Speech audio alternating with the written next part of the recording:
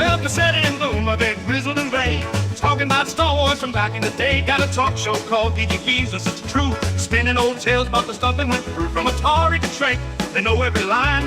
Geeky Geezers, man, they're feeling just fine. Late Savvy's got a lightsaber, swings it with pride. Boomer's got a game, but plays it deep in the night. They're ranting about He-Man and old X-Men too. On Geeky Geezers, they're the nerdiest crew, talking Transformers toys that twist and they turn, singing blues for the geek life, their hearts still burn. Oh, Geeky Geezers, they're living the dream, talking comics and movies, they're busting the seams. From Battlestar reruns to D&D lore, they're preaching the gospel of geek evermore. Pacelli and Boomer, they'll never grow old. Geeky Geezers with hearts made of gold. They're sitting in the studio, mics turned up loud, reminiscing about Super Friends, feeling so proud. Pacelli loves Spider-Man, Boomer's for Hulk. They argue about Star Trek with passion and both. From Betamax tapes to their old D20s, Geeky Geezers where the nostalgia flows. They got fans in the chat, from the young to the old, tuning in to hear stories that never get told. Talking Ghostbusters, Proton Packs, toys in the box, and Saturday mornings with cartoons that rocks. Pacelli and Boomer, they're keeping it real. Geeky Geezers with that old school feel. Oh, Geeky Geezers, they're living the dream, talking comics and movies, they're busting the scenes. From Battlestar reruns to D&D lore, they're preaching the gospel of geek evermore. Pacelli and Boomer, they'll never grow old. Geeky Geezers with hearts made of gold. They're singing the blues for the games that they play, for the VHS tapes and the arcades that pray. But the spirits are young, though their hair's turning white. Geeky Geezers keep the nerd fire alight, so tune in each week to the Geeky Geezers show, where Pacelli and Boomer let the good times flow. From X-Files to X-Men, they're dropping the news, singing praises of geek life with them old blues. Pacelli and Boomer, forever they'll be. Geeky Geezers living wild and free.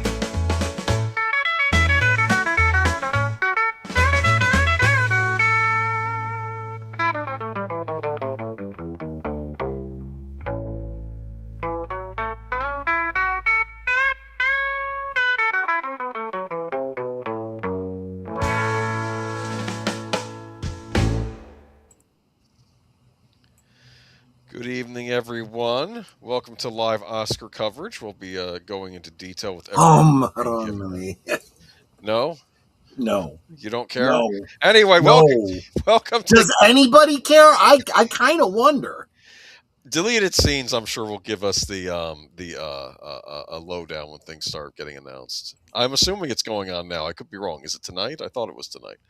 Welcome, everyone, to Geeky Geezers. In case you can tear yourself from the Oscars, you can listen to us talk about the latest in geek news. So, I'm your host, Agent Boomer. This is my co-host, Pacelli. Co-host just here to chat because I did absolutely nothing on this stream this time. I didn't do the notes this week. I didn't set up the stream. It was all Agent Boomer. I can't even consider myself to be a producer on tonight's episode. That's you absolutely are. Stop. You have a lot on your plate this week because you're making a special trip, and I will be seeing you in a few days. Yes, you will. And you have a shorter drive than I do, though. Yeah, but it's still not fun. Huh? Well, the problem is that it's lately because everyone keeps moving here. That's why it's been worse. But anyway, also welcome Netter of Netters Network, also known as the Geezette. Good evening. Yeah, I'm here just to be cute. Talk about somebody who's going to have rough travels. Tomorrow, she's got at least, Boomer, you don't have to travel in the snow. Yeah, this is crazy. It's like our AI always gives us weather updates. And supposedly from 11 p.m. tonight Central Time until it used to be 1 p.m. Central tomorrow. Now it's 10 p.m. Central tomorrow. There's going to be snow. It has actually already started snowing. It's 32 degrees right now. Oh, yay. And a whopping 9 degrees. Well, it's going to get down to a whopping 9 degrees. Yeah, exactly. It's currently exactly freezing. But she's got to leave buku early in the morning to get to a meeting. Downtown Chicago. Downtown. Yeah. I have to leave by 6:30. And my original route was it would take me an hour and a half to get there with any traffic. It's like if the snow holds me up, I don't care. Yeah. So, and this is all just before we have to then do the Tuesday thing. So you're off on Tuesday though, right? No, I'm off on Monday, but I could take Tuesday off if I really wanted to. Because I thought we were leaving right after liquid lunch on Tuesday. Oh, you mean this Tuesday? Yeah, That's yeah, my next yeah. Tuesday. Yeah. Exactly. Okay. Yeah, I'm off Tuesday of this week until next Monday. There you go. But I could take off the following Tuesday if I really wanted to. But thank you very much, Boomer, because you gave me that time. I was able to get that's clips set up throughout next week for to fill the gaps in all the liquid lunches and last call. Well, I there's also no guarantee we can stream from Orlando. We can try. I would. But I don't. That's the after party night anyway, so you want to be hopping. Well, but how on brand would that be for last call? Though? It would be, yes. But Netter's Network, welcome. She's in the chat. Actually, we got a lot of people in the chat tonight. Look at this, and it was a stream I made up. It is a busy stream. They want to make sure we're going. Yeah, they're leaving. Let's make sure they get out the door. Yeah. Hello, my friends. Hope everyone's having a wonderful evening. Don't you want to watch the Oscars, people? Come on.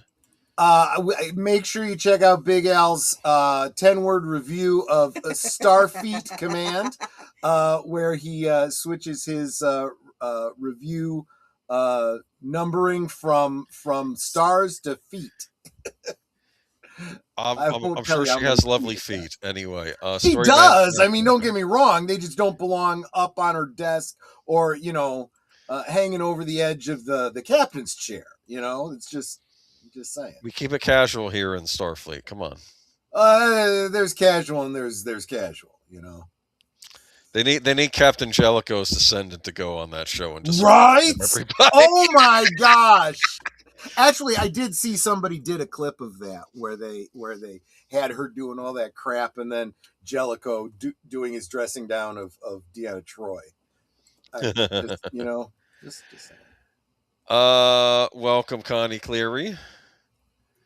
And I did want to mention Unscripted Right. Thank you, Ruby. Thank you so much. Yes, she is encouraging my wife with a gifted membership to Captain Fandom Nerd. Thank you so much, Ruby. Thank you, sweetie. Very channel Captain Fandom Nerd. That sounds like how early I gotta get up tomorrow. Yeah. Let's see here. Daniel Berry Sports Highlights. Welcome. Happy Sunday. What's up, all? Zatopia. Welcome. Always good to see you. JPRPH1, D Penzak. Thank goodness the Geek to distract us from the Oscars tonight. I used to watch the Oscars back in the old days. I remember because you used to have 5 movies and you were always curious what was going to win, but then they went to 9 and it threw me off. I'm like, yeah. I don't know. The deleted scenes, welcome. You can let me see. Celebrates 21 months of membership. How cool is that? Thank you so much. To see you. All right, and let me keep scrolling down here. I lost the bar thingy. I hate that. Yeah, and you can't really grab a hold of it. I just use the. I could plug in my mouse. That might be the smart thing. I use the slider on my mouse. Yeah, I should do that. In fact, I have it right here because I was working on my project earlier. So let me do that. Look at this. Get all snug in there. It's a special micro USB mouse, as Mac has gone micro USB. Good. No, she has old lady feet. You know something? I wasn't paying that close attention, if I'm being honest here. Makeup and hairstyling Frankenstein. Well, that makes sense. Yeah. Because good makeup in Frankenstein. So now I go over here and I click on presentation, right? Yes. You can do it that. Yeah. See? You don't have to wait on me. Terrifying. Just to heck with you, Troy. I'm just doing my show. Well, it's going to come down to that next week because you will be on the road. But Stephen Deleted Scenes Alton has agreed to show up here. And Big Al, I'm going to shoot a thing your way in case you're also interested in popping by. Probably won't be as long a stream, but we'll have something going on. I could also talk a little bit about what I saw. The Seventh Guest. I love this good old game. Days. I love this game. This came out in '93. Netter and I had only been married for about 2 years. I had gotten, I think it was my first, was it a 386 computer? Graphics back then, guys, you got to understand, very, very different than they are today. So there was a lot of,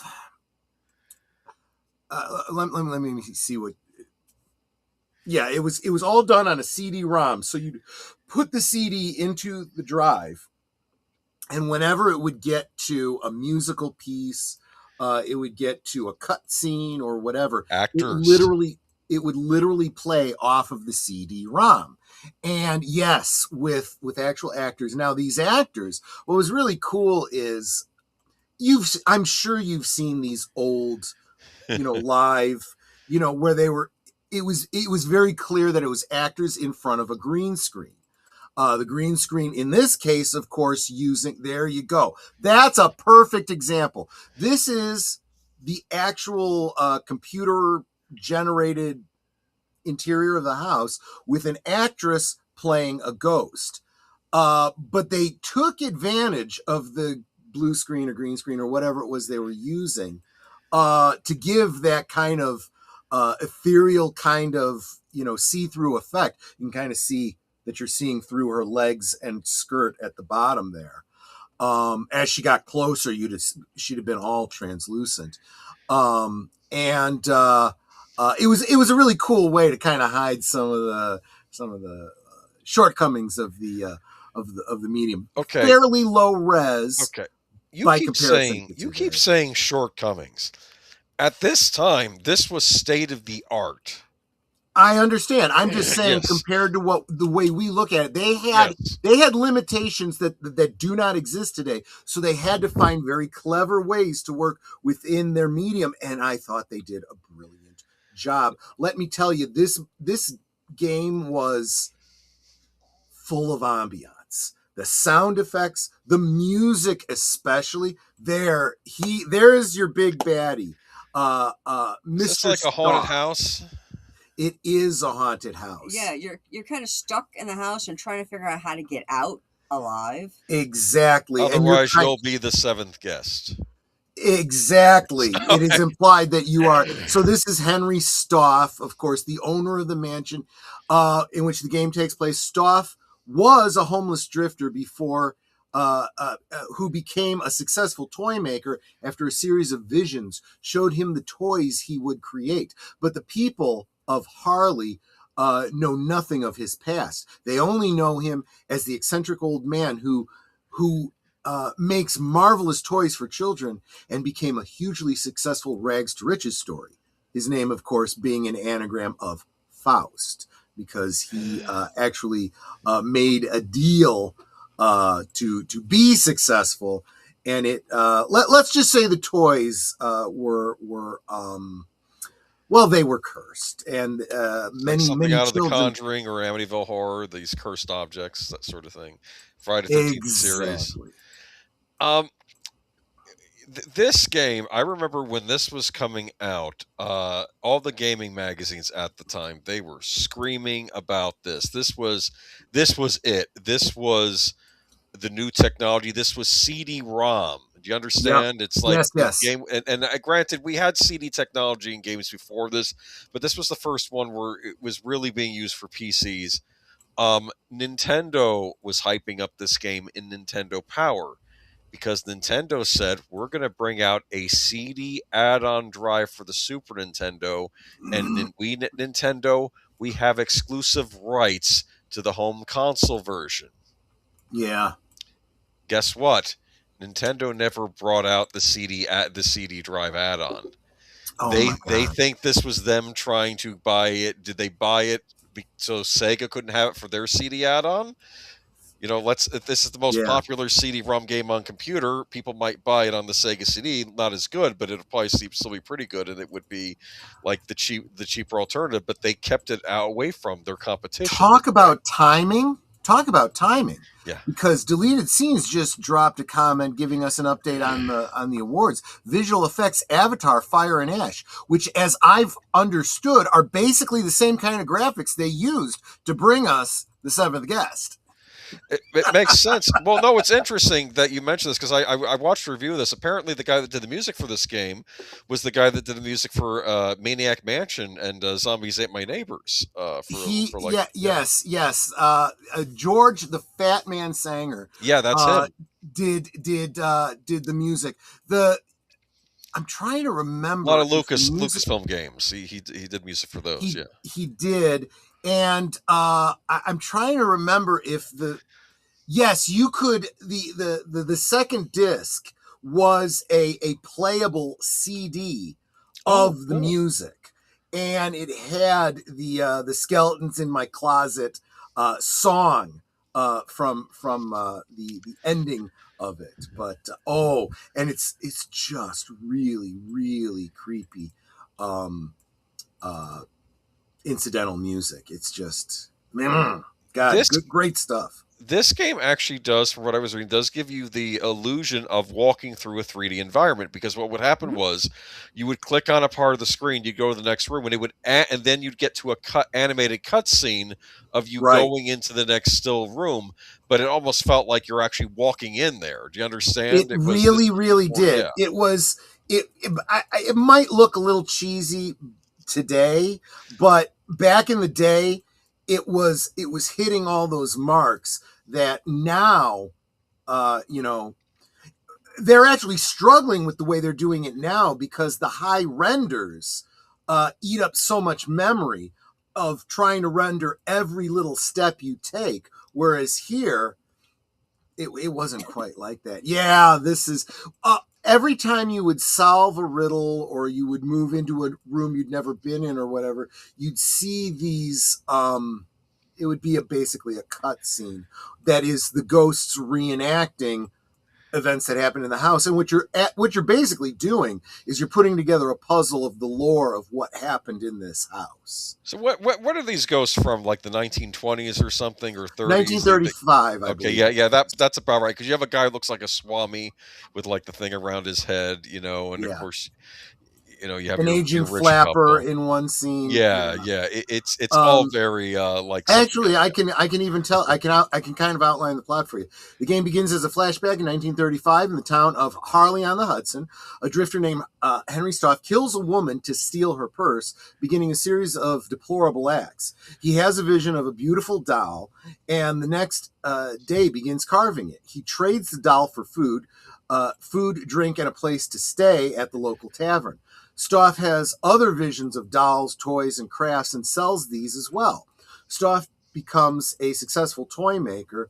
He uses his fortune to build a mansion at the edge of town, following another vision. At the same time, several children possessing Stoff toys contract a mysterious illness and die. Stoff disappears into his mansion and is never seen again. In the game's present, the narrator, the player character, named Ego, because you are the ego, awakens in Stoff's mansion. The mansion is deserted, but as Ego explores it, he has ghostly visions of events in the past. These visions all take place on a night sometime after the death of the children, where 6 guests were invited to Stoff's mansion. Martine Burden, a former singer, Edward and Eleanor Knox, a dissatisfied middle-aged couple, Julia Hine, a bank worker who reminisces on her youth, Brian Dutton, a fellow shop owner, and Hamilton Temple, a stage magician. The 6 arrive, but find no sign of Stoff or anyone else. They discover a number of puzzles that give them instructions. They learn that Stoff wanted them to bring a 7th uninvited guest, a boy named Tad, who enters the house on a dare. And I'm not going to go any farther with it, because... Is that the kid in the baseball outfit? Yes. It looks like a baseball outfit. Yeah, okay. Yes. Was it creepy, though? Was it like a... It was very creepy throughout the whole thing. In fact, you're expecting all kinds of jump scares, and I don't remember there actually being any jump scares. If there were any, they tended to go toward the humorous. You know what I mean? Like if you opened up I don't know, let's just say a puzzle causes a what do they call those, Jack in the Box to pop open, and it's got a skull or something comes at you. Nothing big happens of it, and it's like but yeah, it's actually Well, this is before Phantasmagoria. Was it before Phantasmagoria? Yes. It may have been. It's actually considered. Go ahead. I was going to say, I do believe this was definitely before. What was that one? The puzzle game with the really great graphics. It was Misc. Where you're on an island. Misc. Yes. Misc. I believe this predated Misc.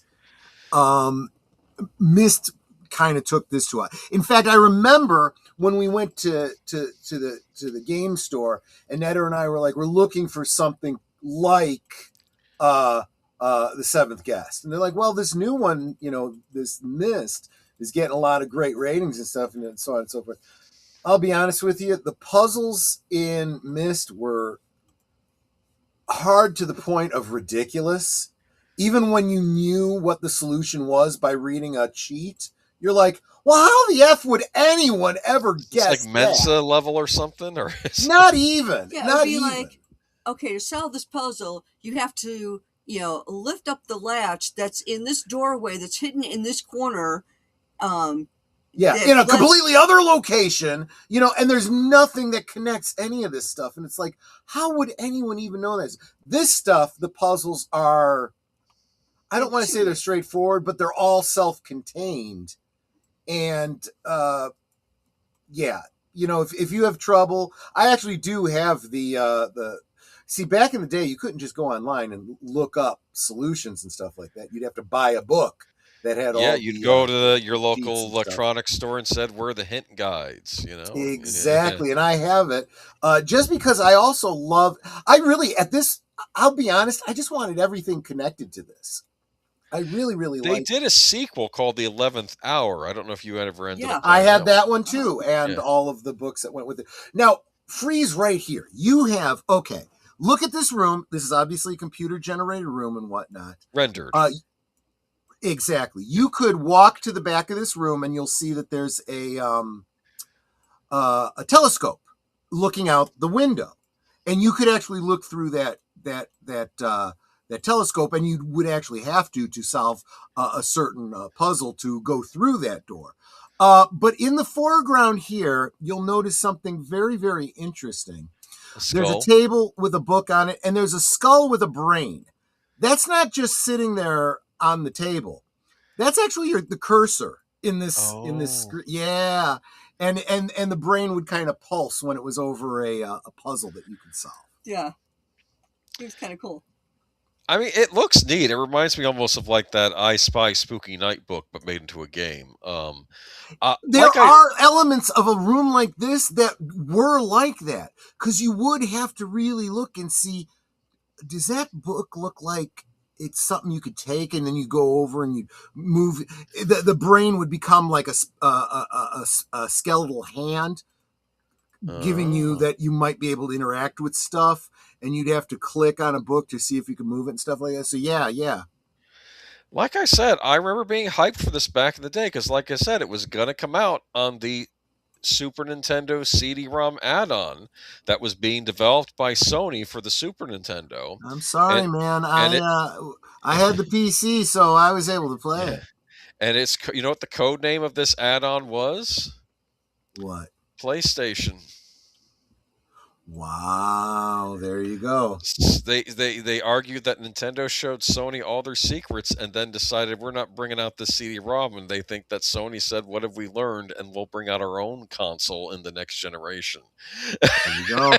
So they kind of screwed Sega over, but then they ended up creating another competitor. So what can you do? This is gaming. Yeah. This is the gaming wars. But I always was curious about this game.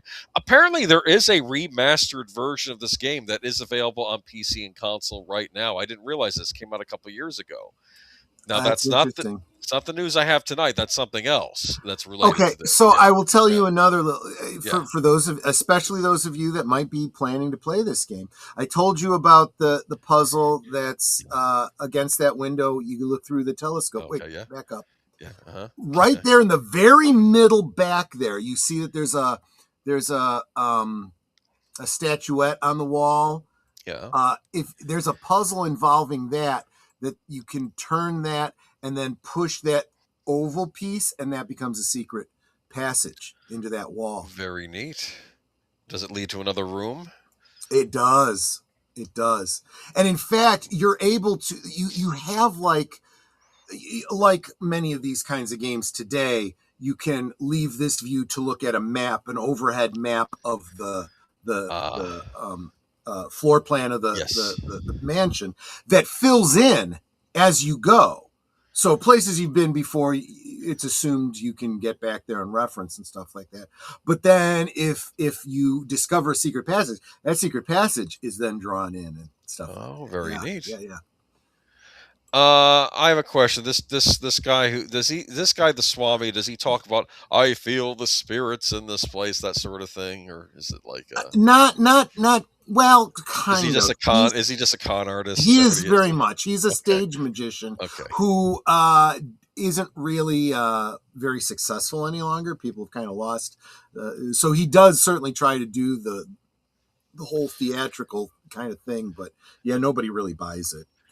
The end is the beginning, and the beginning is the end. And I'm thinking of Nostromos from Batman the Animated Series. They had a guy like him on there who was always predicting like horrible things would happen, and Batman goes undercover basically as himself, as Bruce Wayne, to infiltrate because he's targeting rich people, and he goes, "Wow, this guy's awfully deep." Like he's playing Bruce Wayne up to be the idiot. What the heck is this? This looks like a clown. Yeah, dude, why? No. Creep you the hell out. Yeah, I do remember this being a very creepy scene. Yeah. Do you remember this at all, Netter? Was there a clown in this game? Did he like go up right up to the screen and just say? I vaguely remember it. Would you like some candy? I don't know. Yeah, exactly. Yeah. All the scenes were very interactive. That's one thing I really liked about it. And you would find yourself like, okay, they were talking about this thing. Where in the house is that? And when you find yourself going back through rooms to see if you could find the thing that the other person was talking about, one of these ghosty images. I did want to mention too that, like I said, the house was very much, it felt like a character unto itself. And you've heard me say this about, the Charmed house and so many other houses that I will say I never actually did try to recreate this house in The Sims. I just didn't bother, but I did read a lot about this house, and it is actually based on a real house in Jacksonville, Oregon. Oh, I didn't know that. That's very interesting. Here's another one of those puzzles. Oh my gosh, I kind of loved and hated this puzzle.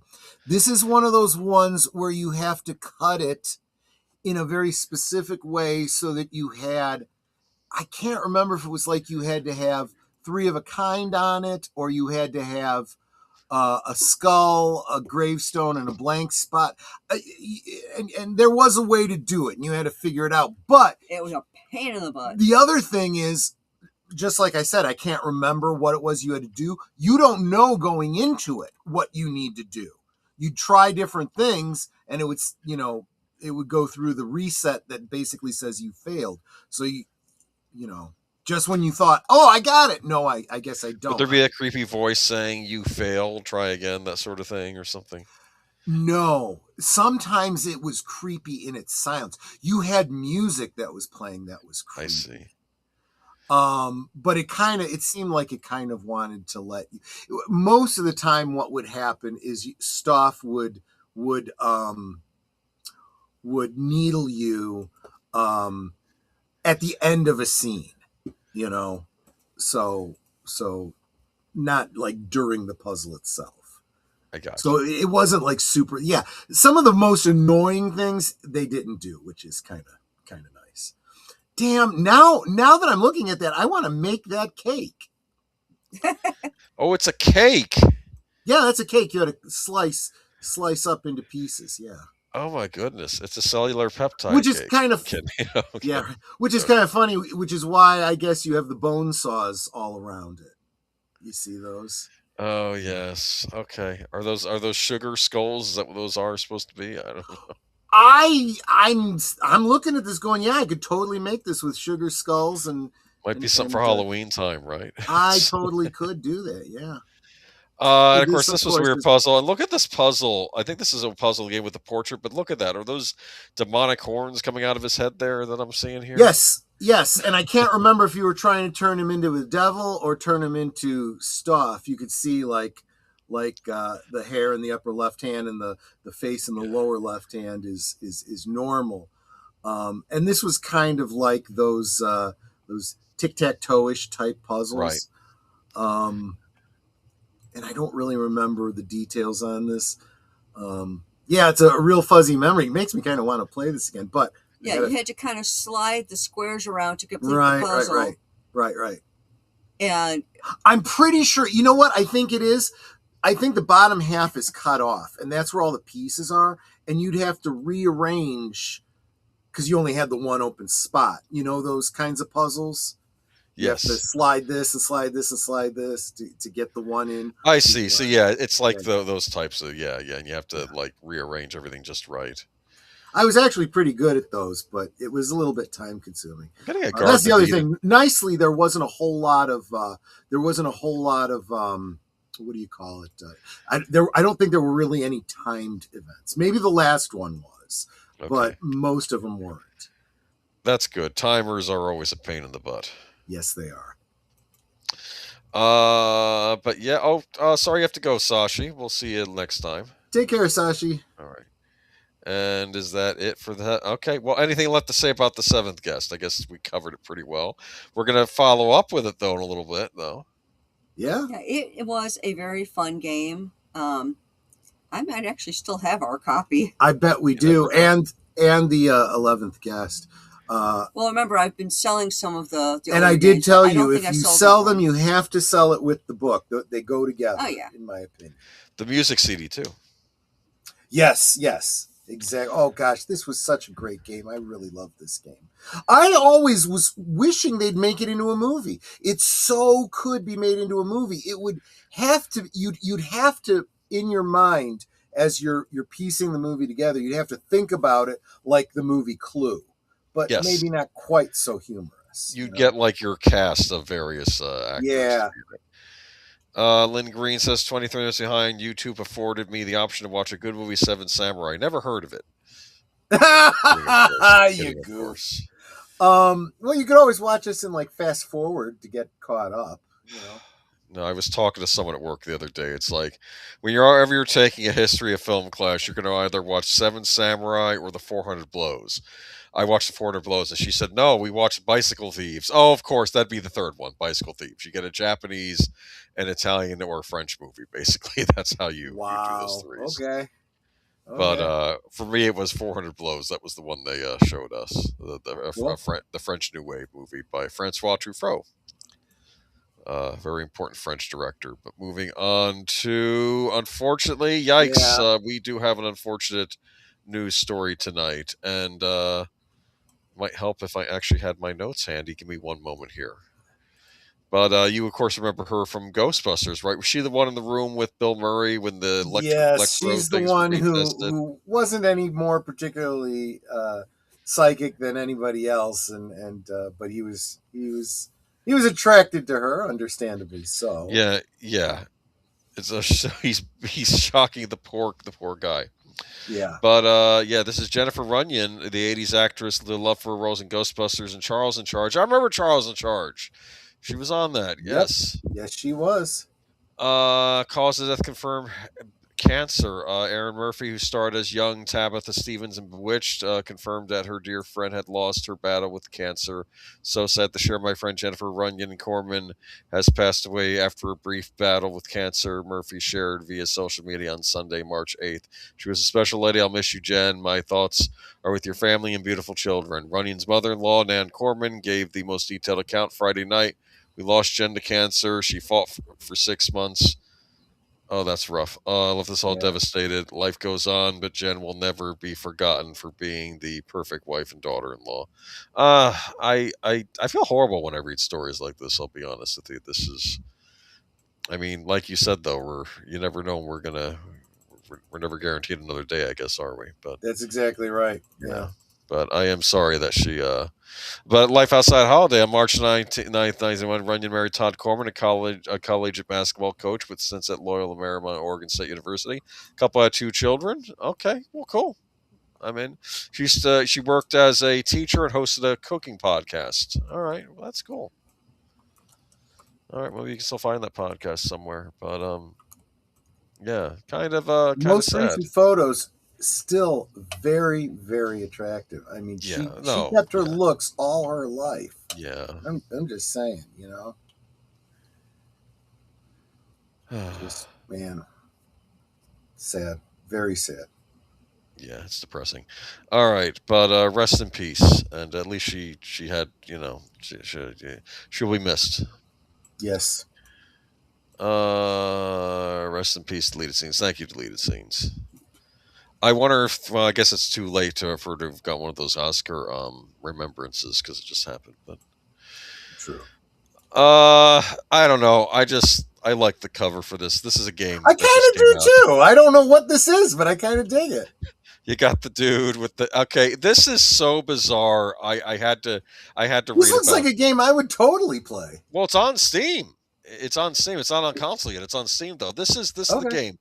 Retro shoot 'em up platformer Haunted Lands out now on Steam. Verge Paint Games dropped the Future Games Showcase with new game picture of upcoming Lovecraftian horror title Ritual Tides.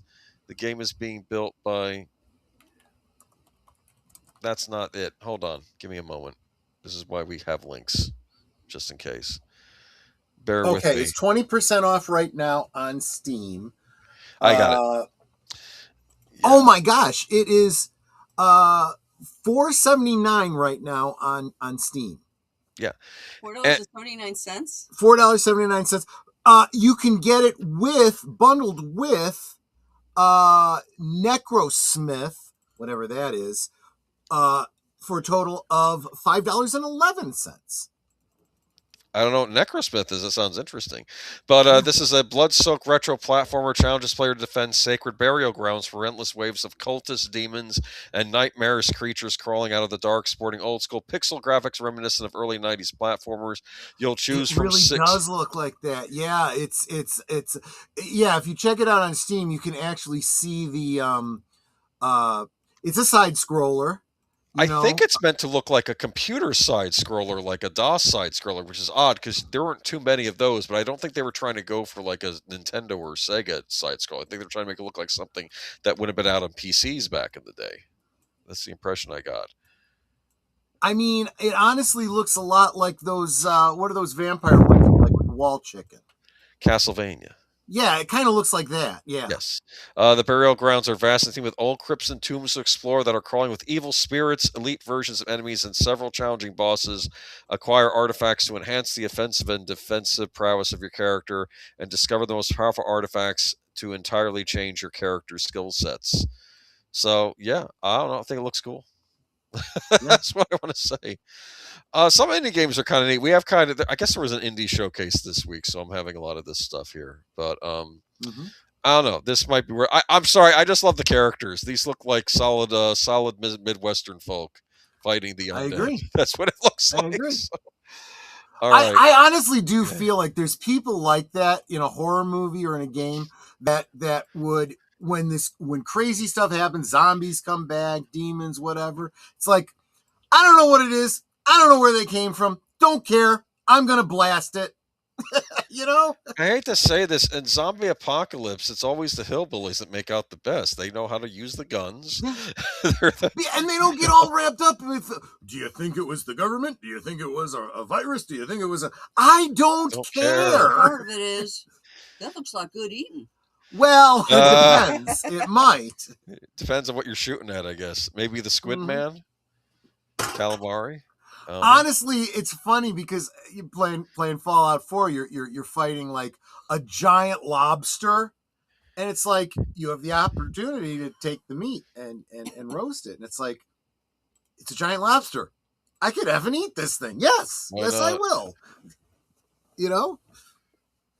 But sound, F11 sound. Well, why wouldn't it win sound? It had the best sound of any movie I heard for a while.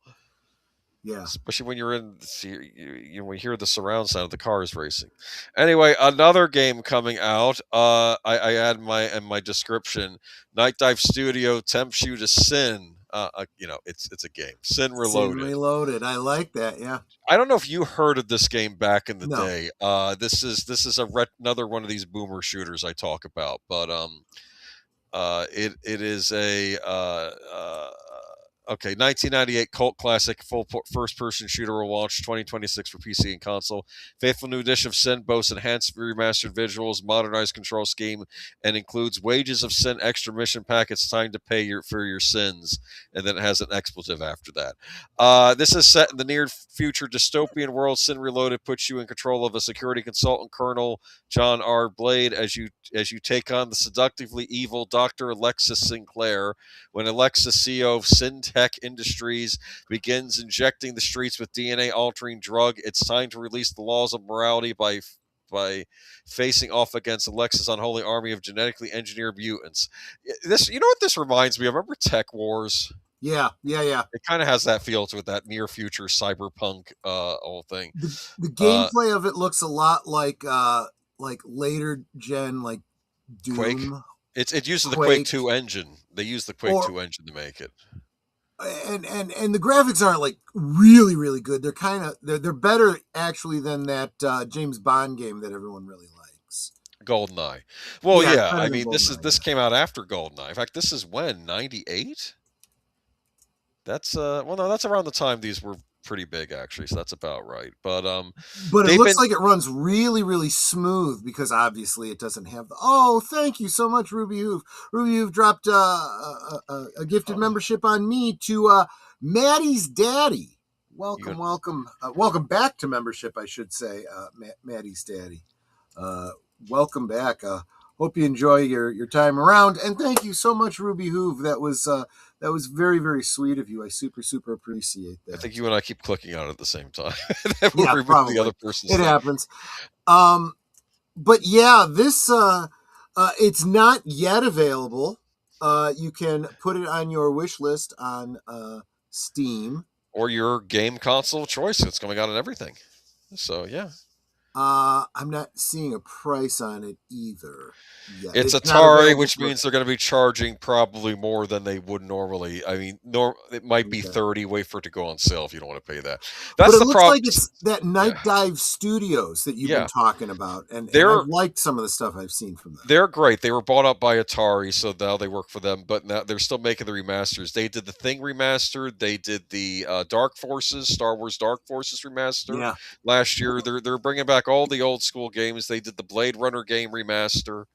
I like the fact that they're unearthing these old first-person shooters from the 90s, giving them a new lick of paint. I want them to go looking into maybe first those old adventure games from the PC from the late 90s, and maybe give those a remaster next. There are a lot of. I'd like to see Reaper get a remaster, which has Christopher Walken doing some ace acting in that game. Let me tell you, I just feel I don't know what goes into reloading a game like the re-update, giving us a update on this. Do they have to go back to square one? Are they able to take an upgrade from the existing software? I don't really know how any of that works. Here's what happens. They really like it when they have the original code because they can work with it.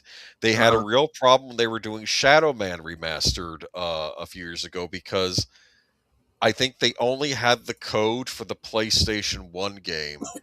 And I think they had some pieces from other versions of the game. They had to almost redo a lot of from scratch because, of course, you can get the old games, but that's not the same as having the code that was used to build them. And the trouble is, I see. Games exchange hands. They lose the license because Shadow Man is, of course, a license from a comic book, and they this stuff gets lost over time. But they were able to redo that game and do it justice because I think they wanted to base it on the Dreamcast version because that was the best version, but they only had the Yeah. code for the PlayStation version, so it was them reworking it. And no, I like the fact they're unearthing these old games from the '90s and giving them a new look at paint. And in a lot of the cases, they're giving them new graphics too. Like these are new and Yeah. improved. These they in fact with Dark Forces is kind of neat because you can play with their graphics, or you can flip to the old graphics from the original PC game, and it looks a little jankier, you know. I feel like that sometimes if you do have the old code,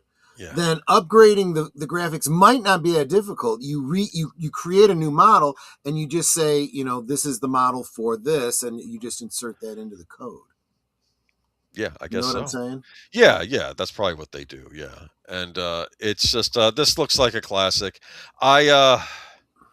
I guess I'll end up getting this on PlayStation because I'm not real big on getting things on Xbox right now. And when you buy it on PlayStation, they'll give you the PlayStation 4 version and the PlayStation 5 version. So if I ever get a PlayStation 5, I'll have a PS5 game ready for it. There you go. Yeah. But we'll see. I don't know if I'm ever going to get a PS5, but they usually, whatever, I'll say this for Night Dive, whatever you buy it on, they optimize it as best they can for whoever it's on. So you don't get like a crappy version if you buy it on your favorite console.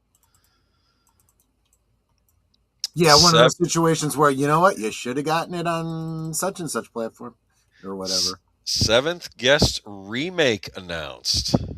Interesting. Not a remaster, because you can already get the remaster. This is a remake, a full-on remake, I guess built from the ground up, but trying to keep the classic feel of it.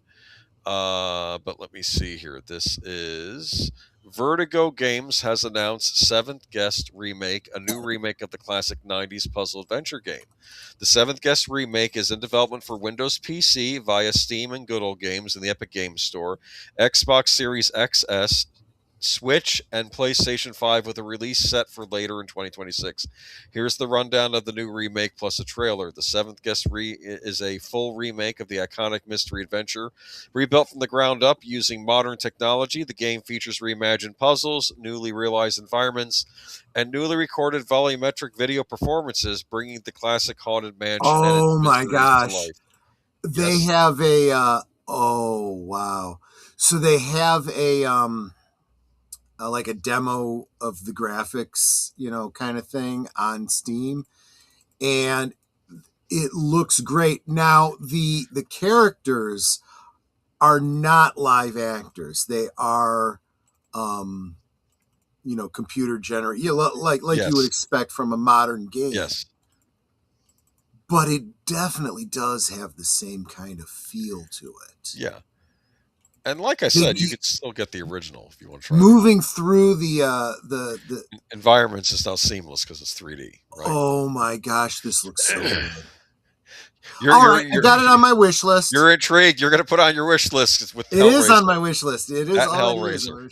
Yeah. Oh, Jessica Ardo says, Troy, I'm finally going to get a PlayStation 5 in 3 to 4 paychecks. Well, you'll be able to get this game on the PlayStation 5, Jesse. Yeah. So there you go. And just keep in mind, Jesse, if you had a PlayStation 4, your games should be fully compatible with the PlayStation 5. It is backwards compatible from what I heard. So you don't have to throw out your old library or anything. But no, this does look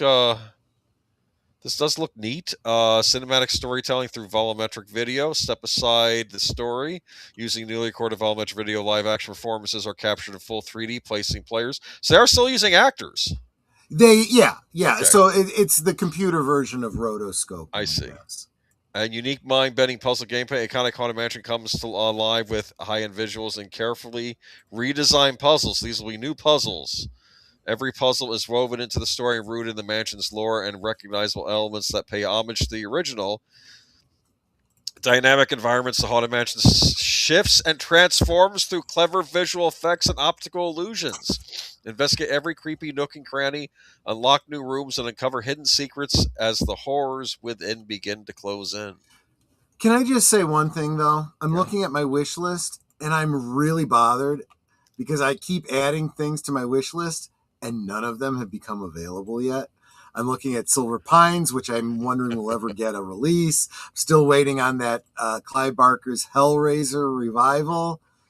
So it's like, come on. Silver Pines, is that like a Twin Peaks? You have Goat Simulator. I do have Goat Simulator, though. That's true. Yes, there's always Goat Simulator. That is a hoot to play. Yes, it's insanity is what it is. When is this coming out? Oh, later in 2026. Maybe if they play their cards right around Halloween, that's when they should probably release it. But I don't know, kind of neat. So I think that it will be a treat to play. And like I said, is it still coming out on regular Switch, or do I have to buy the Switch too? Because that's not happening. I'm just gonna get it on PC. That's all there is to I can it. get the original on PlayStation 4, so I think I'm gonna get it on that. But the old school one at some point. But yeah. Hello, welcome, Brother Jay. Good to see you. Good to see you. All right. Well, And good. That's a little bit of good news. Defender of the Crown, the legend returns. are you familiar with Defender of the Crown? I don't think so. This is another game from the old Amiga days and maybe early PC DOS games. This was like I want to say like 12th century England game. Like you'd have jousting matches. You do like what's that thing where they fling the rocks to the castle, stuff like that. You know, it was like it was like supposed to be historical. Do you understand? So Yeah. the king has returned to claim his throne. Defender of the Crown, the legend return is announced. For me, this was a shocker. This is the writer. I never thought this would happen, as Defender of the Crown, a classic strategy game from the late 80s, is getting a modern release called Defender of the Crown, the legend returns. The new version will include the original Amiga version, but also include a modern version with updated visuals and gameplay. After the King of England is assassinated, the various lords wage battles to conquer as much land as possible and proclaim themselves as the new king. Apparently, this game is on the yes. So the graphics for this, I don't know how to describe it. There are elements of it that are like really high resolution, but the cutscenes and the basic gameplay are very Old school. There's different elements, right? So there are some that are like modern what are those games that they're always hawking on YouTube channels? The League of Legend and all that kind of stuff. Oh yeah, kind of play. Yeah. But then there's elements of it that are very like late 80s, early 90s pixel art type stuff. Well, apparently you can flip between both. That they made. Oh, that is that what it is? Yes. I see. Okay. I just love. I love the cover. Look at that. You got the two knights fighting on horseback. The fair maiden looks like she's a damsel in distress. I mean, this looks interesting, and it's a. I think it's supposed to be sort of historically accurate, right? I mean, is this? I guess. Is this Richard the Lionheart? Might be able to tell us more than. But let me tell you, this looks actually pretty good too. This one's up for, you could put this on your wish list too. Releasing in 2026 apparently. So there you go. Defender of the Crown, nice title. You must have played it back in the day. This was a big this was a big PC title, mainly for like Amiga computers, if you could afford, like the Commodore Amiga. It was on that, and it's one of these games. I didn't get it on the NES because I was poor. I could only afford to get so many games, but I don't know. It looks interesting that they're remaking it. I never thought they'd remake Defender of the Crown because it's it's not really dragons and things like that. It's basically just medieval England. That's what it takes place in. But yeah. Oh, it's not coming out of anything I own, so forget it. Okay, this is what happens. Jesse, you'll be in better shape than me in a few paychecks. All right. Oh no! Can we go back to the fun stuff? I mean, I remember I was talking about this a few months ago, and as usual, like Charlie Brown with the football, I'm like, this looks promising, right? Oh gosh! I know Critical Drinker gave it a not so good review. Apparently, it's a very feminist movie. Guess which studio released this? Was this no, not Universal. It wasn't Universal. It was Warner Brothers. Warner Brothers, yeah, Warner Brothers. Warner Brothers Pictures had every reason to feel confident heading into last weekend. The studio was riding a 9-film back-to-back #1 opening streak. That remarkable run included blockbusters like Sinners and Wuthering Heights. Then The Bride opened, and it opened badly. Maggie Gyllenhaal's long-awaited sophomore directorial debut, a reimagining of The Bride of Frankenstein, starring Jessie Buckley and Christian Bale, earned just $7.3 million domestically over its opening weekend, placing it third at the box office. Globally, the film brought in $13.6 million, combined against an $80 million production budget before marketing costs of roughly $65 million. The marketing costs are getting to be almost as large as the actual movie production itself. Well, that is the intended budget. They say if you're spending this much on a movie, you should spend about the same amount on marketing. Because think about it. If you're not marketing it with as much gusto as you're making it, how do you get that word out there, right? The problem is marketing is failing. They're not doing what they need to do to get good word of mouth for their productions. They're not making the most of the money that they're spending, but at the same time, they're wasting all kinds of money on the production side with reshoots and stupidity. They're saying the film could lose somewhere in the neighborhood of $90 million before its streaming run. This is while Warner Brothers is still trying to sell. And don't be mistaken. It doesn't make more money when it goes to streaming. It's done making money when it goes to streaming. I'm starting to wonder whether Warner Brothers gets sold to Paramount or not. Zaslav already made off with a bunch because of the inflated stock value, right? Yep. Warner Brothers distribution chief Jeffrey Goldstein was gracious in defeat in a text message to the press. Goldstein acknowledged the miss, but defended the studio's approach. We're coming off an incredible run of 9 number one openings in a row, and an increasingly risk-averse business like ours. We believe the business is better served with studios taking bold swings on originals like of the this Lily one. Makes you feel better, pal, go for it. But we know it's a failure. And you know why it's a failure. And if you continue to work with people that are going to continue to work this way, you will continue to see failure. Did you have any interest in this movie? I absolutely did not. I was kind of excited because I thought Universal's not doing monster movies. How about Warner Brothers? You do kind of have to look beyond the marketing on things like this and go, what is Maggie Gyllenhaal doing lately? What is she saying? Oh, okay, I know what this movie's going to be. Screw that bullcrap. So what went wrong? Several things converged at once. The movie was asking audiences to pay for an R-rated gothic period horror romance that critics themselves couldn't clearly define. Was it a punk rock monster movie, a feminist empowerment thriller, a Bonnie and Clyde love story? Testing apparently flagged this identity problem early, but the film went forward. And while both Buckley and Bale are genuinely praised for their performances, Buckley is currently the Oscar frontrunner for Best Actress for an entire different film, Hamnet. Oh, she's the lead in that, isn't she? Okay, that buzz may have actually worked against The Bride, since audiences who wanted to see Buckley could wait for her in a different, more celebrated film arriving on streaming any day. There's also The Shadow of Guillermo del Toro's Frankenstein, which premiered at Venice last August and has spent months as a critical darling on Netflix, accumulating 9 Oscar nominations, including Best Picture.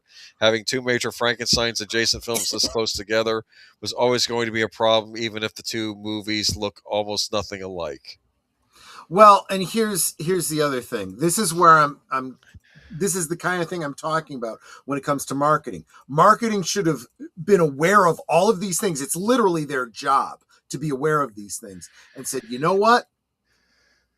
Well, this actually was a long time in the making. So either hurry up and get this out or put this on the effing shelf. One of the two. We continue with another story. 5 reasons The Bride was dead on arrival at the box office. Let's see if you agree. Yeah. What? I can give you more than 5, but let's see if they get the same 5 I would have gotten.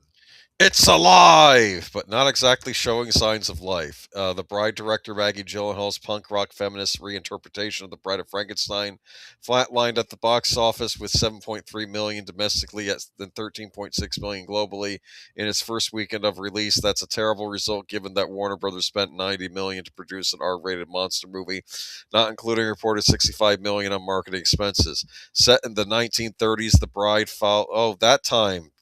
They should have Richard Zegler in this movie, complaining about the 1930s. Okay.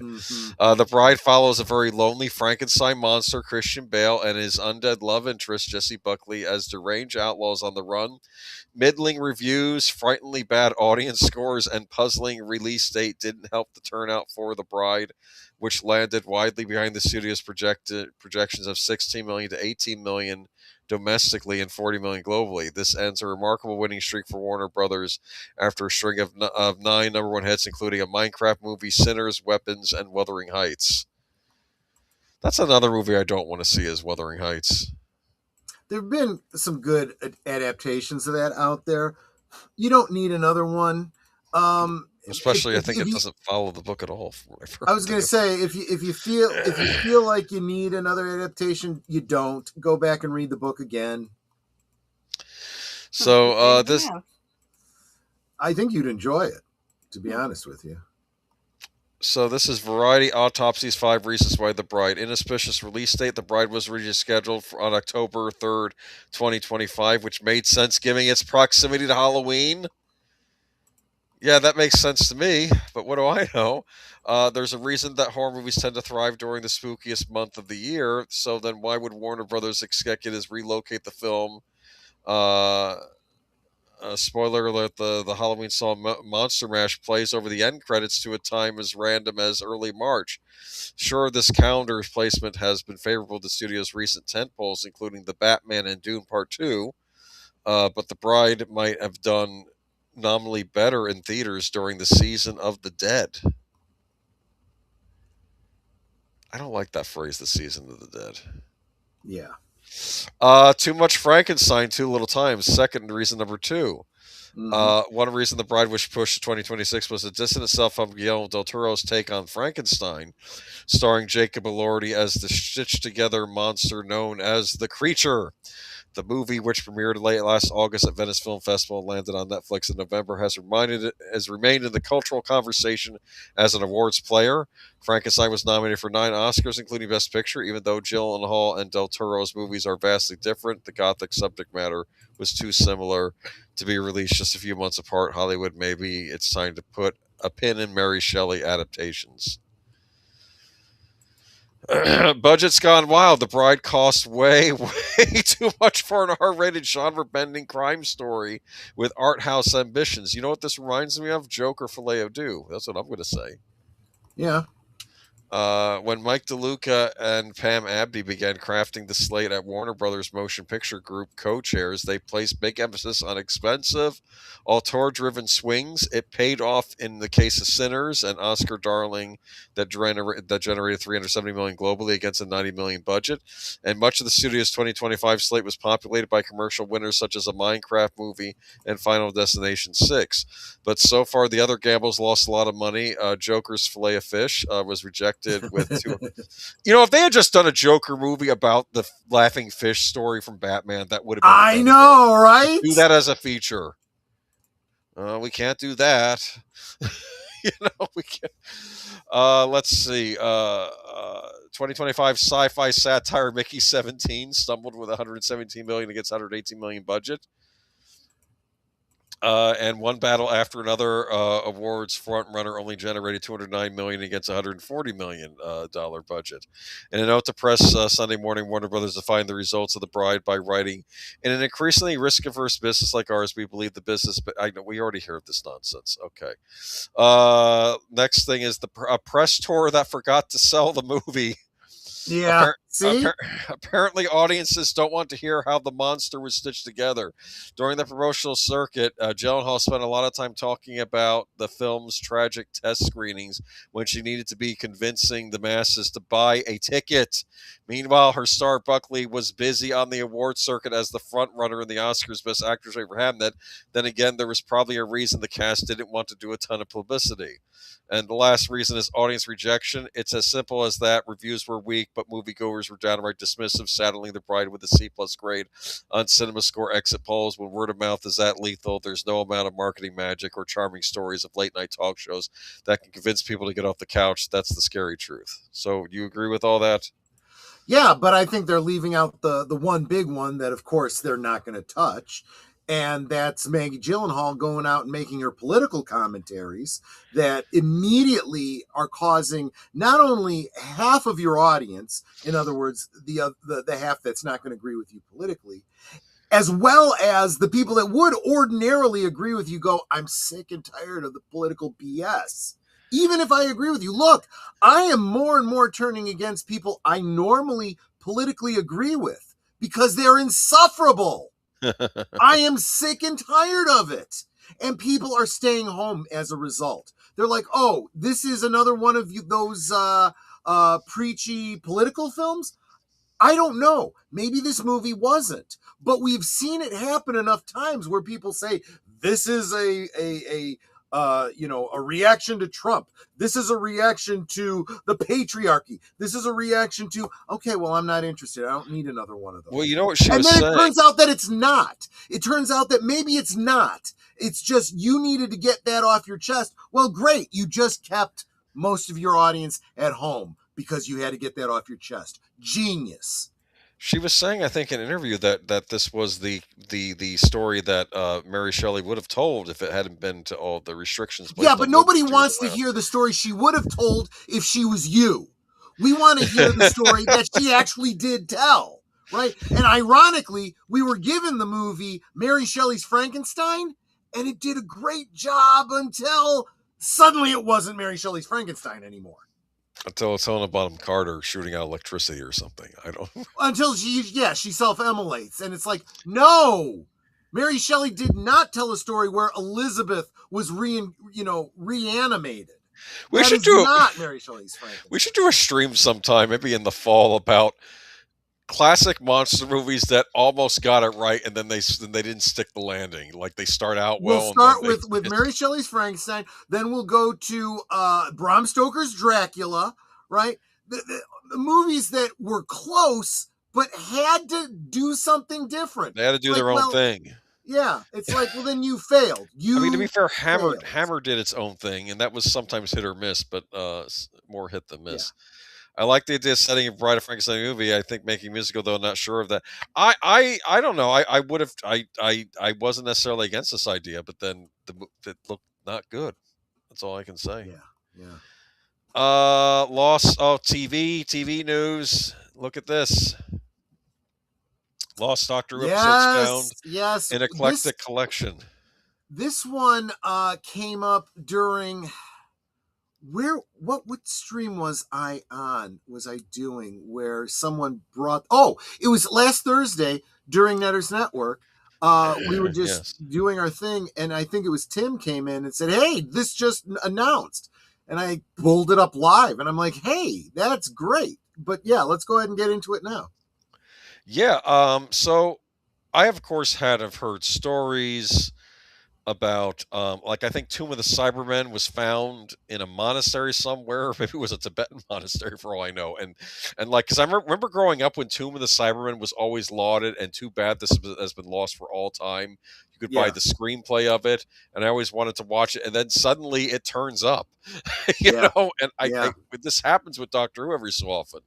A cardboard box found in a collector's ramshackle collection of vintage films contained 2 episodes of Doctor Who that had not been viewed since airing in the late 1960s, what we call lost media, I guess. Right. The episodes feature the first incarnation of the Doctor, played by William Hartnell, tackling a Dalek plan to take over Earth, the solar system, and the galaxy, in a storyline only ever shown in the United Kingdom.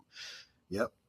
Peter Purves, who played the doctor's assistant, Stephen Taylor, was invited to the Phoenix Cinema in Leicester on Wednesday under false pretenses to view 2 episodes, and he said, "My flabber has never been so gasted." Yeah, I love that. I love that. That's a very British thing to say. Yeah. Okay. Restored version of the episodes will be released on the BBC iPlayer this Easter. Look at this. The first Yep. episode, titled "The Nightmare Begins," was part of the 3rd season of Doctor Who and was aired in November 1965. I will say this, for all my reservations about AI, I would imagine AI could even take an old VHS recording and figure out a way to get it to look proper. Well, keep in mind that we're not even talking about things that have a VHS, rendition of it out there. This is such lost media that all we have is the audio. We also have what's called telesnaps, which were the actors that were in the show would hire a professional photographer to come and take photographic shots of each scene for the actors to use in their portfolios. Those still exist, and an outfit called Loose Cannon has taken those telesnaps and those audios and made essentially slideshows of all the missing episodes.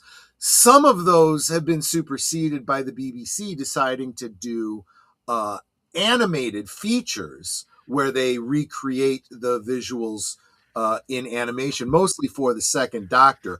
I have every one that the BBC has released, and I also have all of the telesnap loose cannons, which I'm actually going through.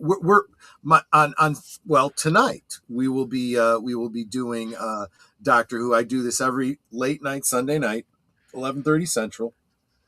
We're going from the very first episode, Unearthly Child, and we are still within the first season.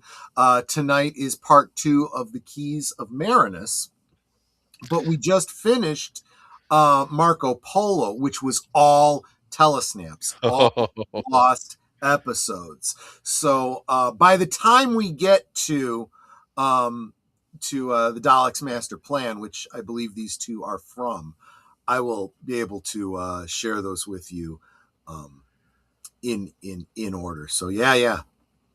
There you go. The first episode, titled "The Nightmare Begins," was part of the 3rd season of Doctor Who and was aired in November 1965. Is this the Dalek serial that had the Mekons in it, or the Mechanoids?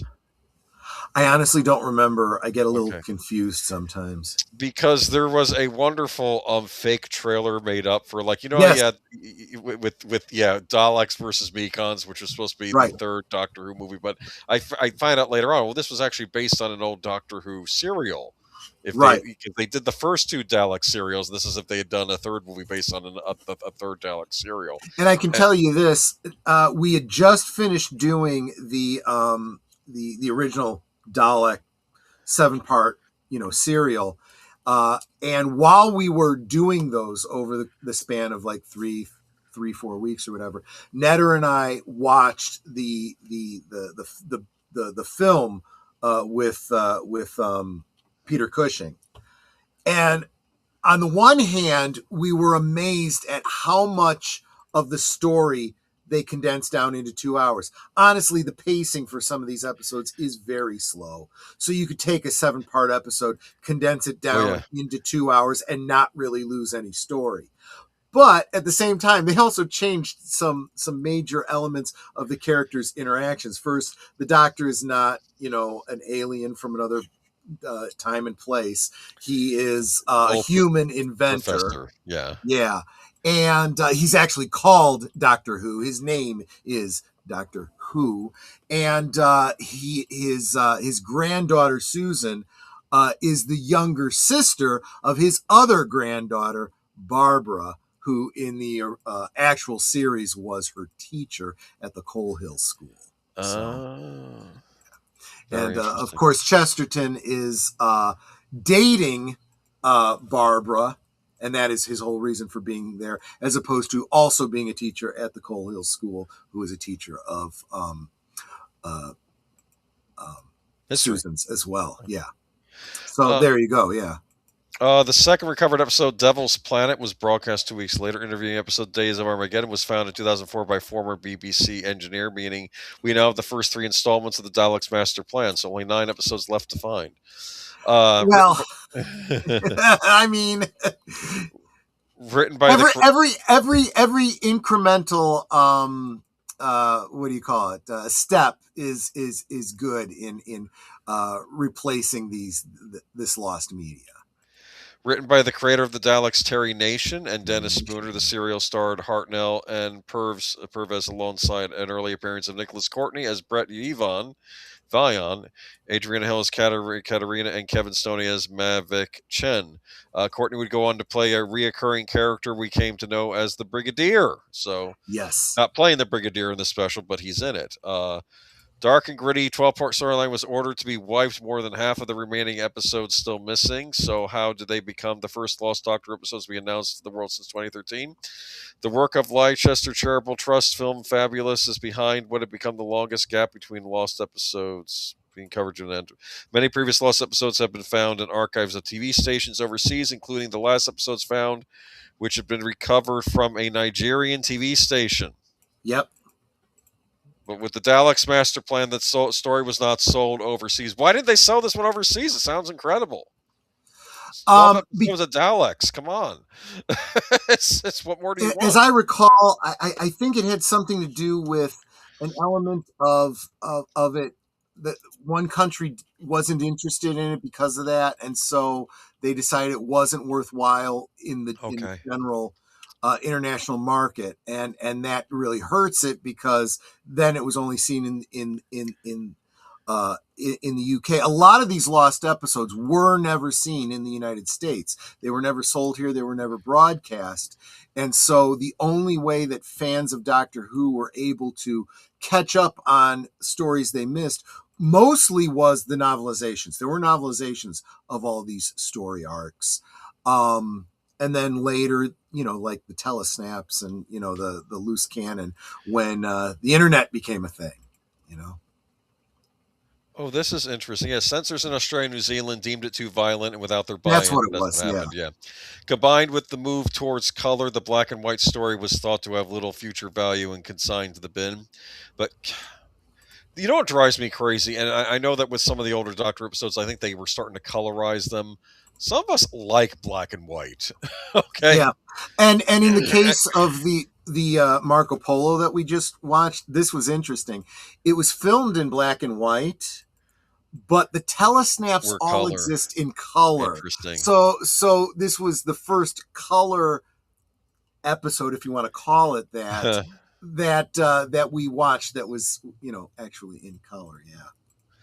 So listen to this, though. Combined with the movie, but copies of some episodes are still made by technicians to check for problems which might need to be fixed ahead of pitching the episodes to other markets. It was these versions that made their way to an amateur collection. Professor of Cinema and Television History at Leicester's De Montfort University, Justin Smith, chair of trustees at FIF, said a debt of gratitude was owed to the anonymous late collector, whose films largely focus on his love for trains and canals, included hundreds of home videos that were donated to FIF after he died. He said, "We travel all over the country to recover film collections from private hands. A lot of films have suffered water damage and the cans have corroded. These are gems in what was an eclectic and ramshackle collection, a lot of which hadn't been looked after as well as the Doctor Who had. The collector did recognize what he had, but how he acquired it. How he acquired them has been lost to time. News of the discovery left actor Purvis 87 tearing up after traveling to Leicester on Wednesday to attend what he believed was going to be interviews with the media about television in the 1960s. Learning the real reason he'd been lured to the venue was a perfect lie, he said. I'm speechless, knocked out. After viewing the first 2 episodes, he said, "My flabber has never been so gasted." I get it. Okay, I like that. Yeah, funny. But I've never forgiven the BBC for losing those episodes. It would be really nice to get a few royalties perhaps added. Yeah, right. I'm not sure I even saw those programs go out originally. I remember the stories, but having seen them, the pictures are unfamiliar to me. Okay. I didn't remember the first ones when I was still almost comatose following an injury I received fighting in the sorry, fighting in Troy in the Wonderful Myth Makers, which of course is missing. Oh, that must have been another Doctor Who thing. It was there. Yeah. I've seen again. I have the telesnaps of it. Never actually seen it live action, which is very, very unfortunate. Some of these great ones, some of the best ones, really, were the historical ones. So I've talked about the fact that originally BBC had sort of had plans that Doctor Who was going to be somehow educational, teaching history and stuff. Yes. And they did a number of episodes that focused on the history. So you had Marco Polo, you had Troy, and so forth. But unfortunately, those are the ones that were kind of lost to time, and the ones that did better in their time were the more fanciful sci-fi ones. So, like with the Celestial Toy Maker, things like that. Exactly, stuff like that. But yeah, let's see. Though it was the 4th appearance of the Daleks, and it'll be exciting to fans for a lot of reasons. He said the fans of Doctor Who are legion, and they seriously love the classic times. You have to give credit to old school Doctor Who. They realized the Daleks were a popular thing, so they would have them pop over. And they honestly did try to reproduce that lightning in a bottle. So, like right now, we're watching the Keys of Marinus, and the aliens that were in there. They had a big marketing push. They made toys and stuff like that, and they just didn't catch on. Nope. They were not as interesting. Yeah, like the Dominators, the guys that created the Dominators, the Patrick Troughton episode, they were doing that. They made, and they had the little robot helpers. They were doing that precisely so they could own the rights to one of these big robot things. Right. But they never took off either. And they got upset because they says because they had worked on a lot of Dalek episodes too, and they're like, why does this survive? Or maybe they worked on Cybermen episodes because I think Terry Nation's alive. Like, why does the Dominators survive and not some of these other classics we worked so hard on? And we that's a question you can never really answer, because it really does require an understanding of the time, the culture, and honestly just how it was received.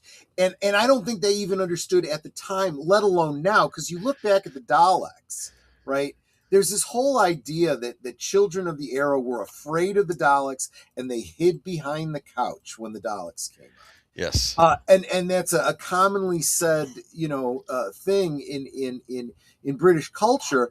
And yet nobody can say, yeah, I was so afraid of the Daleks, I hid behind the couch. They just said, yeah, we heard that about our friends, and it became, this kind of thing about the Daleks, to the point where when they bring back the Daleks in the post-2005 era, you have people like the Doctor and Jack Harkness and whatnot reacting with absolute fear, like it's the Daleks, we're all dead, right? And all the humans who have no idea who the Daleks are like, what?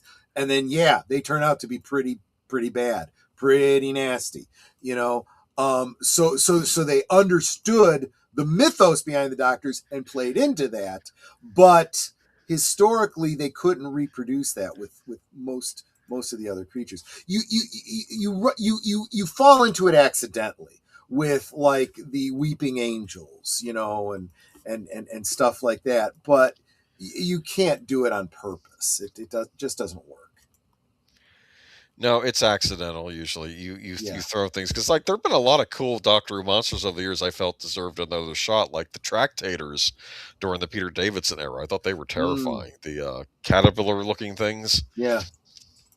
Where I think they actually would burrow into a planet, not just to take over the planet, but to actually use the planet to then move it like throughout space, and I think attack other planets with. These are horrible creatures. Apparently Turlough had some ancestral memory of it, and when he saw them he freaked out because they were on a future Earth colony that was being attacked by the Tractators, and Turlough, being an alien, knew what they were. From his people's dealing with them. They actually were going to use them again, I think, during the Colin Baker era, but that was during the time where that season got lost because of the strike and everything else that was going on, and Doctor Who being put on moratorium and everything. So, and then there was a lot of fighting about Doctor Who in the backdrop, and some people that didn't want Doctor Who to continue. So, yeah. Speaking of things not continuing, yeah. Wow, I kind of didn't see this coming, actually. Buffy the Vampire Slayer reboot is not moving forward. Sarah Michelle Gellar confirms the Buffy the Vampire Slayer reboot is not moving forward. Sarah Michelle Gellar confirmed via Instagram video on March 14th. I wanted you all to hear from me. Unfortunately, Hulu has decided not to move forward, the actress said. Buffy the Vampire Slayer new Sunnydale was set to focus on a new Slayer, with Gellar appearing in a reoccurring role and serving as an executive producer. The Buffy the Vampire Slayer reboot is no more. Sarah Michelle Gellar confirmed that the planned project, which would come over 2 decades after Buffy's final bow, is not moving forward. So I'm really sad to have to share this, but I wanted you to hear it from me. The actress 48 said via Instagram video shared on Saturday, March 14th. Unfortunately, Hulu has decided not to move forward with Buffy. New Sunnydale, she continued, referring to the streamer which backed the series and the title for the reboot. Thanking Chloe Zhao, who was directing the project, Geller then said, I never thought I would find myself back in Buffy's stylish yet affordable boots. And thanks to Chloe, I was reminded how much I love her and how much she means not only to me, but to all of you. And this doesn't change any of that. Question, was there a pilot made? I have no idea. I have no idea. I can only tell you that I have, and I loved Buffy the Vampire Slayer. The original movie, I loved the entire series. I loved all of it. I even loved Angel, which wasn't as good, but it was okay. But when I heard that this was not moving forward, I was like that meme. Oh no. Anyway, because honestly, at this point, I'm like, I don't have any faith in the people that would be involved in this. Joss Whedon wouldn't be involved in it. I no longer care for Misopinionated here. She's we were talking about this earlier with the bride. You go ahead and you say some stupid crap that piss off half of your fan base. Don't be surprised when half your fan base isn't supporting you anymore. Lynn Green did bring up a Firefly series. I just read the article today. We might talk about next week. It's going to be an animated series. It literally was just announced today, and that's exactly what the fans were predicting, was that it was going to be an animated series. That one, on the other hand, another Joss Whedon project, right, is in fact moving forward, again, without Joss Whedon, but the announcement from Nathan Fillion is that almost all of the pieces are in place to make it happen. What it requires more than anything is an expression from the fans that they want it to happen. Now, this is where I say this is where the big difference is. Firefly, the fans are united. Buffy, she divided the fan base. Yeah. So good luck. You're done. You're out. So sad. With Firefly, though, I think Lynn was mentioning it's going to ignore the movie. It could be that it takes place between where the first season ended and the movie, because the movie apparently was actually a storyline Whedon had mapped out, I think either from the end of the second or third season. So there would have been other stories before that movie in the timeline of Firefly. Then Joss Whedon should just do a book. He should just do a book and get it out. Well, he wanted to do it as a series, but they canceled it. Of course, he's not going to be involved, so who knows how it's going to be. They freaking canceled him, so I mean, We covered that in the early days of this show, yes. Oh, Discorp doesn't have the rights to the movie. Oh, that's one of these rights issues. Right. That's exactly, well, I'm not going to say that's exactly what Nathan Fillion said. He was purposely oblique about it, but he said that Disney was positive about it. But it needs a home, is what he said. Nice. And I read that as, they need to get through the rights issues. But I think they can get through the rights issues if there is enough, fan support that says, oh, yeah, there's money to be made here. Let's figure this out. Universal put out the Firefly movie. Mm-hmm. Universal owns the rights to elements of that plot, whereas I think it was Fox that owned the series. Yep. That's This isn't the first time yes, we've seen something like this. We saw the same thing with Batman 66, yes. where Fox and Warner Brothers owned different elements of it, and they eventually realized neither one of us is making anything on this. We're both holding an empty bag if we continue this way. Better to make half of something than 100% of nothing, you know? I agree. Moving on to oh, uh, okay. I Yeah, yeah. this is a follow up from last week. Now I want to give my own update on Following this this. is just kind of fun and funny, so this is why it's worth doing, you Well, know. guess who got himself one of these Whoppers this Did week? you really? Actually, Okay. yes. Food. We tried the new and improved Whopper at Burger King. Is it really better? This is from I think I like the name of this site. It's hold on, what's the name of this site? Sporked.com. I'm Yeah, sorry. That's brilliant. that Okay. is kind of funny. Yeah. Anyway, I don't eat a lot of fast food burgers, kind of like the McDonald's CEO. Am I right? Yeah, that's funny. I should give credit to her of this. But when I There's do, actually a I don't know if someone from Burger King did this or what it was, but there's an AI going around of him doing that commercial and then pulling back, so that you can see the people filming yeah. it, and he's like throwing it down, going, "Oh, oh."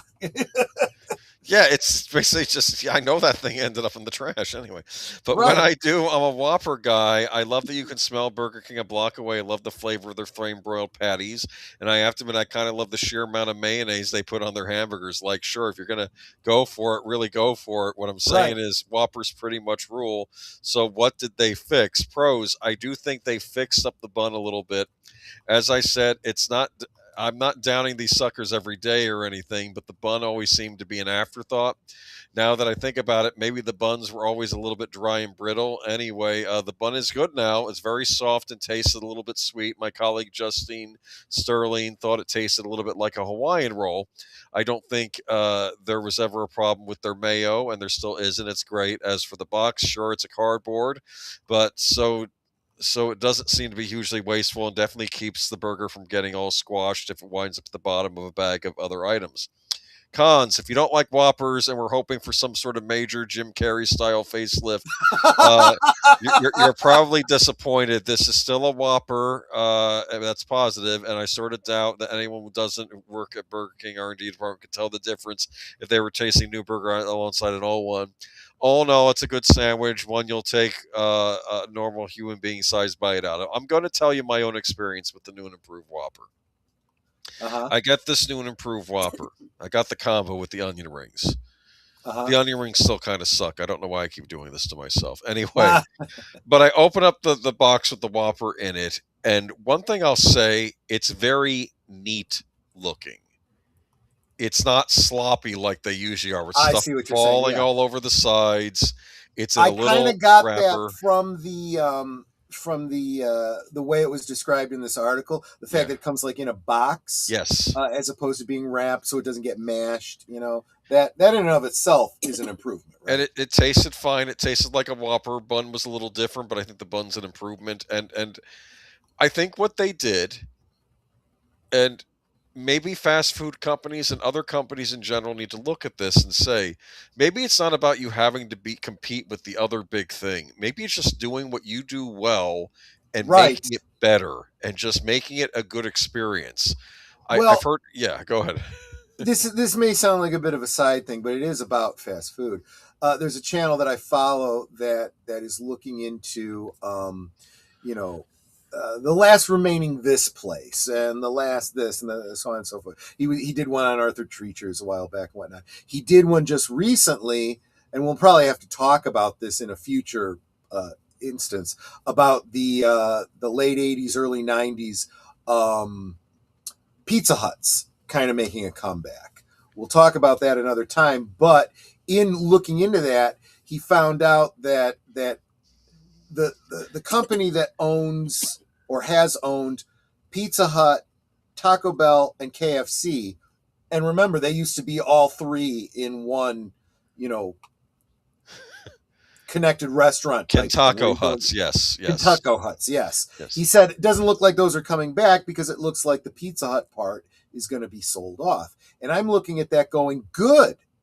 You may be nostalgic for Kentucky Hut. I never was, because I remember when KFC, their brand was, we do one thing and we do it right. Yes. And that's essentially what you're getting at. It's a basic good business principle, in general. So I agree with you. Can we get, they're selling Pizza Hut off, is that what you're saying? It sounds like it, yes. I want a return of the sit-down Pizza Hut restaurants. We'll talk about that, and we'll maybe in a couple weeks we'll talk about that on Geeky Geezers. I'll get you an article on that because yes, I think they are coming back. I want that back so badly. It was a highlight of the 80s, and I miss Agreed. it. And I think this is the way forward. And you can still get pizzas to go from there, but have a sit-down restaurant where people can go in and sit down. Yeah, that's what I would do. Figure out a way to do both and do it well. I agree.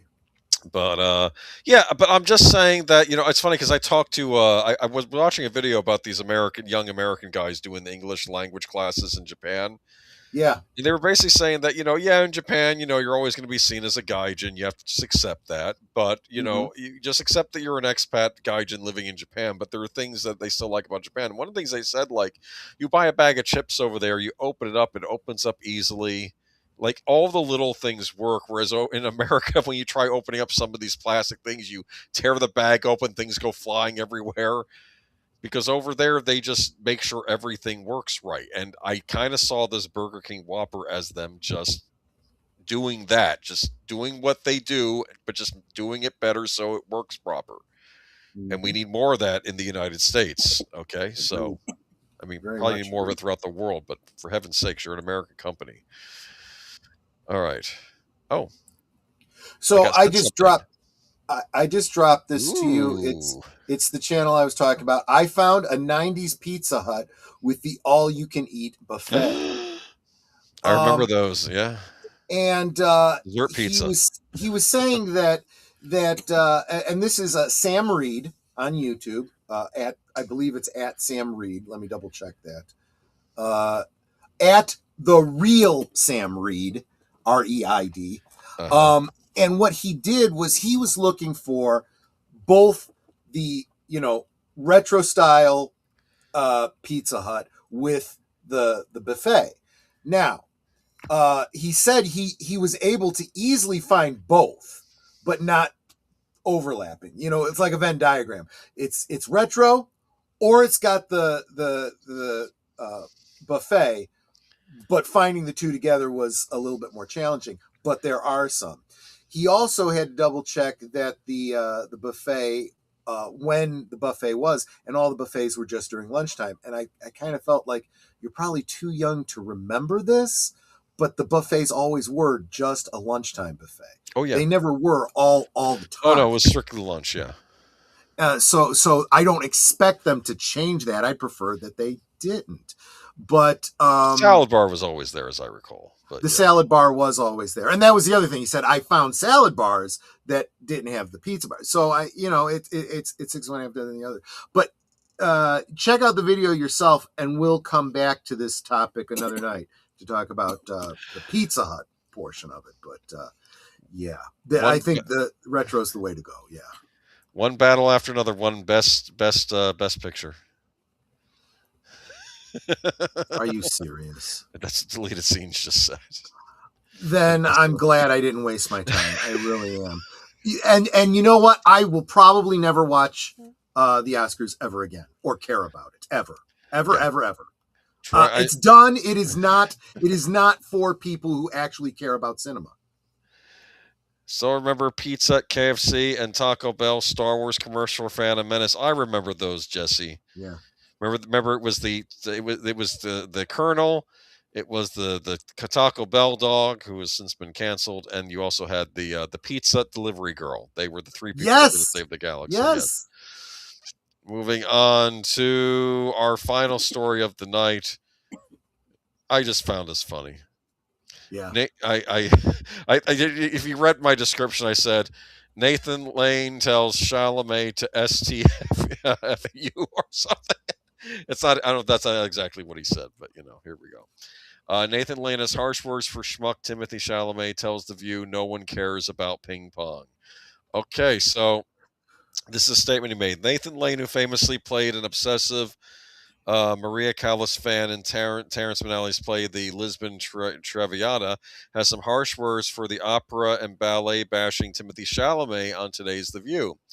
Oh, what a schmuck, Lane shot when moderator Woogover asked his thoughts about Chalamet's CNN town hall comment that no one cares about ballet and opera anymore. I can tell you, the Eastern Europeans care about ballet still. This is Okay, this is the problem I see with so many of these celebutards. They don't care about this stuff, and they are so egocentric. They assume the entire world thinks exactly the way they do. And I don't care if that's about politics, the things they like and don't like, any of that kind of stuff. Most intelligent people know that they are individuals that have opinions that some people will agree with and some people don't. And maybe you should be a little bit more, inclusive, and understand that there are people that disagree with you, and maybe try to be inclusive of those people in your inclusivity. Just saying. It'd be nice, yeah. Let me see here, though. One doesn't want to give this more attention than it deserves, and yet it's kind of like kaleidoscope in its stupidity and insensitivity, yet strangely telling of where we are in this country. First of all, once you remember, people will be going to see Swan Lake and La Traviata long after someone at a dinner party says, "Who was Timothy Chalamet?" Oh, okay. And the bigger question is, why was there a town hall meeting with Matthew McConaughey and Timothy Chalamet? I mean, who deemed this meeting of the minds necessary?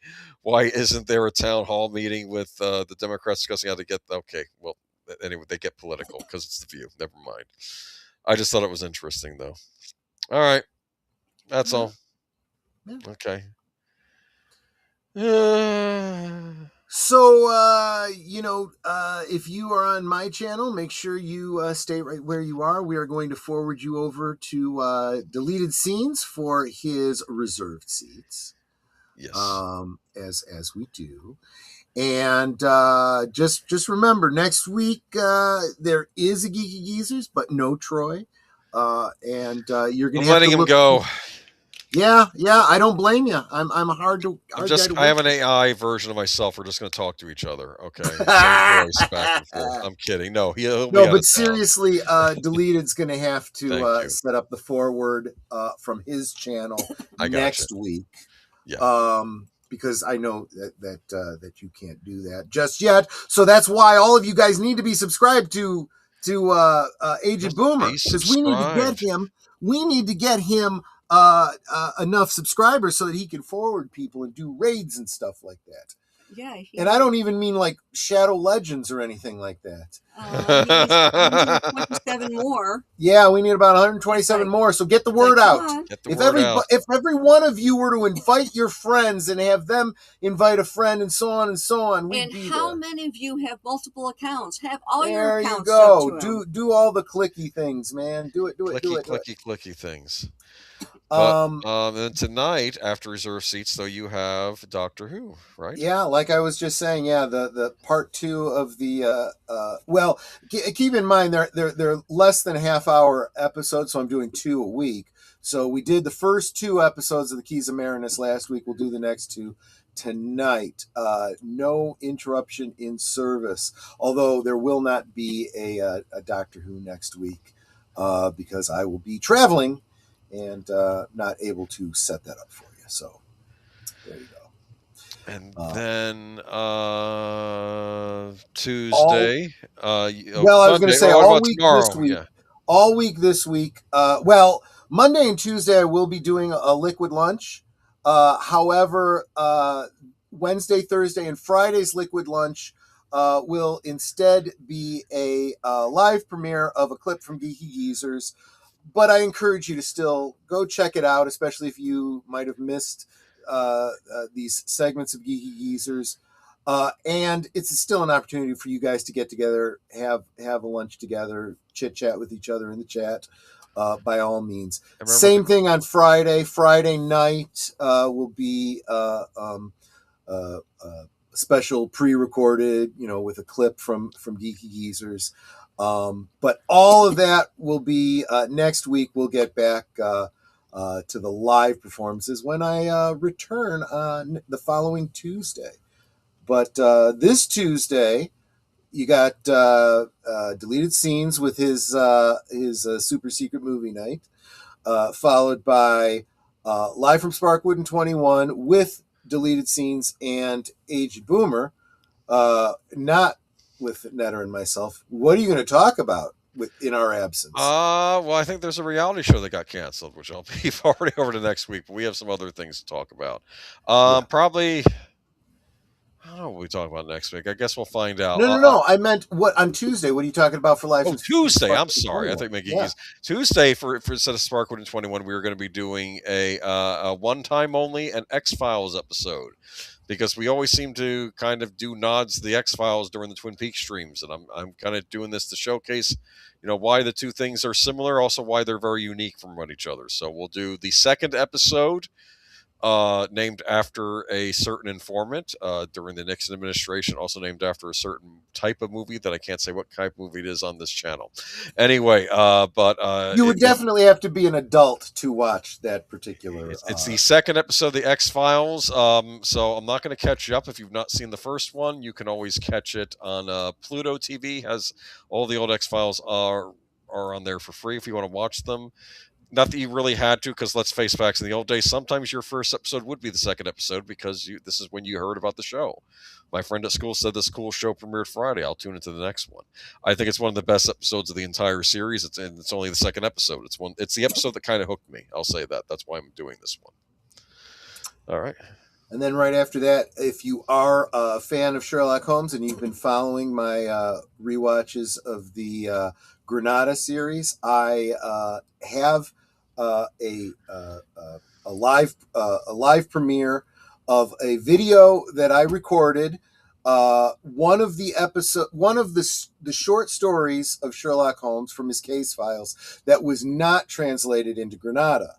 So I have put that video together. It will go live in the regular slot in my absence on Tuesday at 9 Central, 10 Eastern.